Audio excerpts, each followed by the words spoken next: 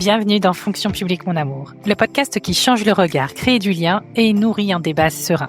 Plus de contenu sur www.fonctionpubliquemonamour.fr. Ça me fait penser à quelque chose que tu m'avais déjà dit, mais j'aimerais qu'on revienne dessus. Oui. Tu m'avais parlé des 3 fautes impardonnables. T'as marqué ça, hein, ça t'a marqué. Ah ouais. Est-ce qu'on peut prendre quelques minutes, s'il te plaît? Ouais. Alors, moi, je considère qu'il y a 3 fautes impardonnables. Et alors, pourquoi j'utilise le terme de faute impardonnable? C'est parce que en fait, ça fait écho à Harry Potter. J'ai une de mes filles qui adore Harry Potter. Et dans Harry Potter, il y a les sortilèges impardonnables. Ouais. Ben, c'est pareil. Il y a les fautes impardonnables ou les excuses impardonnables. C'est plutôt les excuses d'ailleurs. C'est les excuses, c'est vrai. Impardonnables, les excuses impardonnables de tout top manager. La première, c'est « je n'ai pas eu le temps ». Ah ben ouais, t'as pas eu le temps. Bien sûr que t'as pas eu le temps. On n'a jamais le temps. Enfin, un dirigeant qui a le temps, alors même si je dis qu'il doit aller au golf, hein, mais en fait, bien sûr que t'es débordé. Mais en fait, la question, c'est pas est-ce que t'as pas eu le temps, c'est est-ce que t'as alloué ton temps au bon endroit. Pourquoi? Parce qu'on a tous 24 heures dans une journée, on a tous 7 jours dans une semaine. Alors ça, c'est jusqu'à présent, ok, totalement vérifié. Oui, Donc, effectivement. qu'est-ce que tu fais de ton temps? Où est-ce que tu l'alloues? C'est toi qui décides où tu l'alloues. Sauf si tu acceptes effectivement encore le oui mais. Il n'y a pas de oui mais, c'est où est-ce que tu mets ton temps. Je travaille avec un certain nombre de dirigeants sur comment ils récupèrent leur temps. Et tu t'aperçois que quand tu regardes leurs mails, ils ont des centaines de mails où ils sont en copie. Ouais. Arrêtez de vous mettre en copie, vous les lisez pas. Vous mettez une règle dans votre Outlook ou dans l'outil que vous utilisez pour que dès que c'est en copie, ça met en mode poubelle. Bah alors attends, là c'est radical. C'est un changement de paradigme radical, oui, tout à fait. Ah ouais, mais on a dit que vous voulez pas être tentaculaire. Ouais, c'est Si vrai. tu veux pas être tentaculaire, faut être cohérent. Pas de copie. Si on te demande quelque chose, est-ce que ça te concerne ou est-ce que ça te concerne pas? Ça te concerne pas, la seule réponse que tu dois avoir, et elle est magique, vous avez le droit de la noter, c'est pas le sujet. Ouais. Ce n'est pas mon sujet. Ça veut pas dire que c'est pas important pour toi, c'est que moi, ce n'est pas mon sujet. Il y a pas de jugement. D'accord? Ou, autre possibilité, ce n'est pas ma priorité. Donc, tu as le droit de dire ce n'est pas ma priorité, tant que tu es clair sur tes priorités. Donc, on revient à cette problématique. Définissez vos priorités, soyez cohérents avec vos priorités. Donc, j'ai pas eu le temps, interdit. Totalement. Deuxième excuse, je ne savais pas. Bah, tes dirigeants. Oui, parce que mon mail, c'était écrit dans le mail qui est parti à la poubelle puisque j'étais qu'en copie. C'est ça. Mais, bien sûr que tu savais pas. Et alors? C'est ton rôle de dirigeant, d'accord, de te mettre en place ce qu'il faut pour que tu aies les bonnes informations. Et je vais être très clair sur ce terme de bonnes informations. Ça veut pas dire toutes les informations. Oui, voilà. Surtout pas, ok? Pourquoi? Parce que trop d'informations tue l'information. Si je suis noyé sous l'information, en fait, je ne vois plus rien. Or, ce qu'on veut, c'est voir les bonnes choses. Donc, à nous, en tant que dirigeants, en tant que top manager, en tant qu'un manager, en tant qu'individu, parce que ça peut s'appliquer à tout le monde, d'aller déterminer quelles sont les informations qui sont clés pour moi. Oui, voilà, information clé.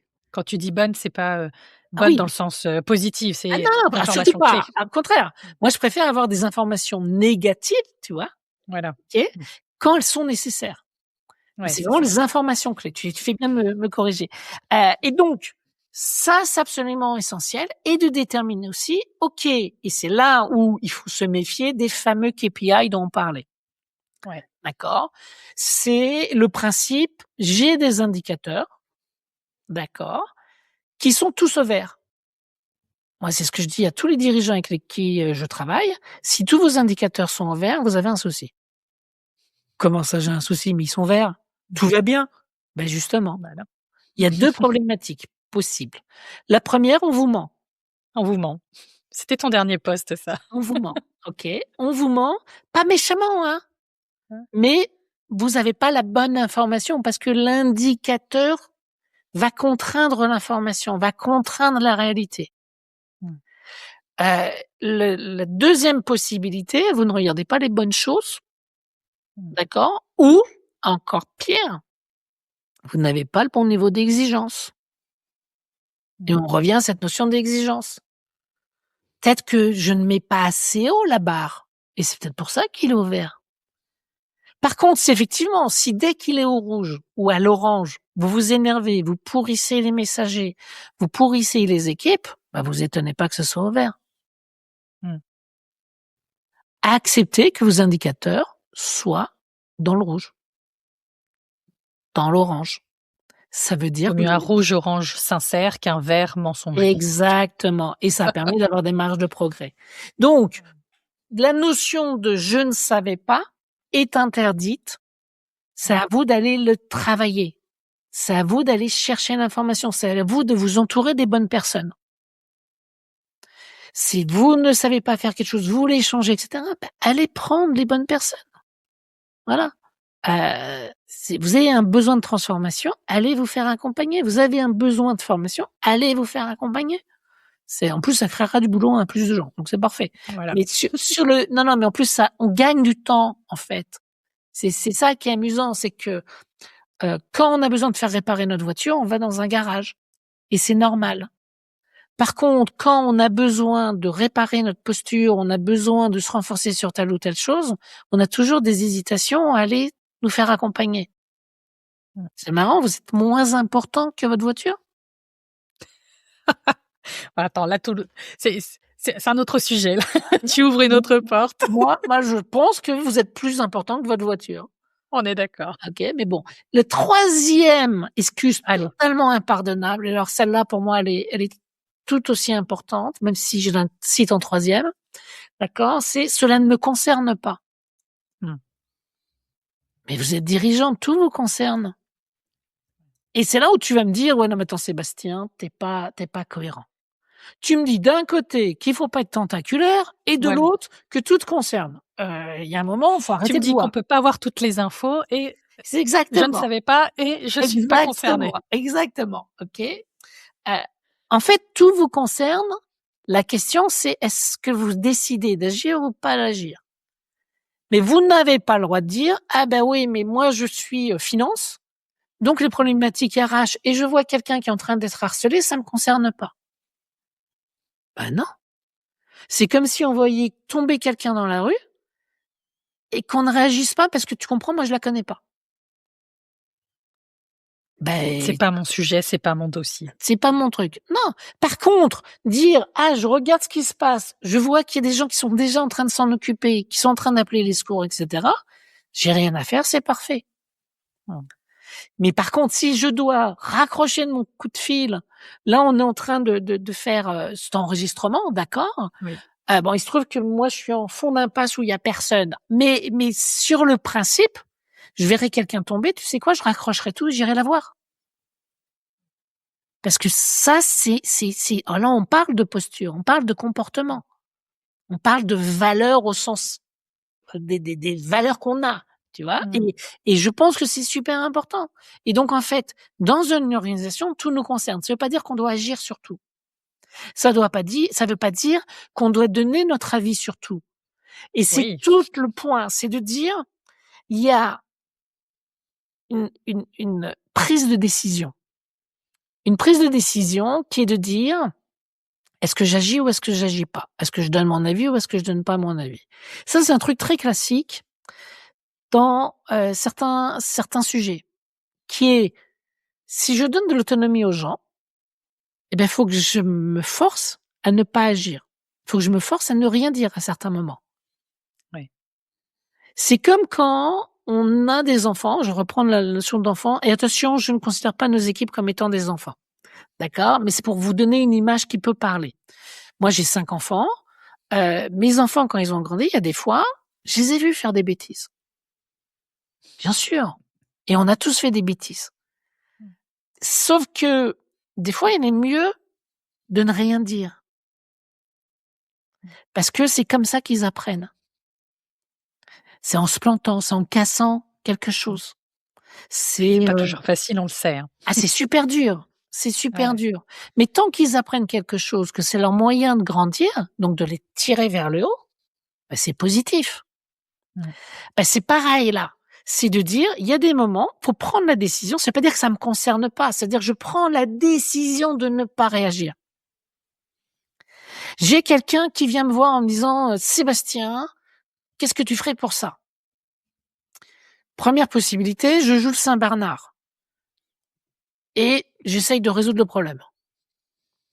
En lui donnant la résolution, etc. Ou je lui dis, le sauveur. Le sauveur. Deuxième possibilité, je lui dis, mais écoute, c'est pas mon sujet, c'est à toi de trouver la solution. Et je te fais confiance pour la trouver. Voilà. Et quand tu fais ça, tu considères la personne comme étant responsable. Tu lui donnes pas la solution. Et donc capable. Et donc capable. Alors ça veut pas dire qu'il faut pas l'orienter. Tu vois, tu peux aussi dire, ah ben tu devrais aller discuter avec Linda ou avec X, Y, Z. Je pense que ça pourrait être intéressant pour toi. Mais je t'en dis pas plus. Oui, c'est plus long que si je donnais tout de suite la solution. Oui, c'est plus compliqué. Peut-être que la solution va pas être exactement comme je veux. Sauf que là, je fais grandir la personne. Donc, cette notion de prise de décision, elle est essentielle parce qu'il y a des fois, en particulier pour un dirigeant, parce qu'il y a des fois, il faut laisser quelque part la situation se gérer toute seule, même si c'est pas comme ça exactement qu'on aimerait qu'elle soit, dans nos rêves, ou inversement, de temps en temps, il faut réagir. Parce qu'il n'y a pas de secours qui arrive pour la personne qui est tombée. Et ben ouais, il faut descendre, faut raccrocher tout, et puis on y va, et on court. Parce que c'est ça qui est important. Et on revient alors je sais pas si ce sera dans cet épisode ou dans un autre épisode, d'accord, selon ton découpage, mais on revient à cette notion de, c'est pas parce qu'on est sur un horizon temporel en tant que dirigeant plus long qu'on doit se détacher totalement du quotidien. Il y a des fois, c'est quoi, on remonte les manches et on y va. Et on y va. Bah ouais, les équipes, elles sont en surcharge. Si 2 heures du matin, parce qu'il y a eu une problématique, machin, etc., et ben on est sur le terrain avec les équipes pour leur montrer qu'on est là. Avec elles. Qu'on pense à elles et que si on peut aider, même avec notre petite partie, même si on est beaucoup moins doué qu'elles, et ben on est là. Et c'est ça aussi l'exemplarité. Ah ouais, il faut se réveiller. Ah ouais, il faut sortir. Ok. Est-ce que ça répond à ta question sur les 3 excuses impardonnables? Merci d'avoir écouté Fonction publique, mon amour. Pour soutenir le podcast, parle-en autour de toi. Et retrouve tous les contenus et bien plus encore sur www.fonctionpubliquemonamour.fr.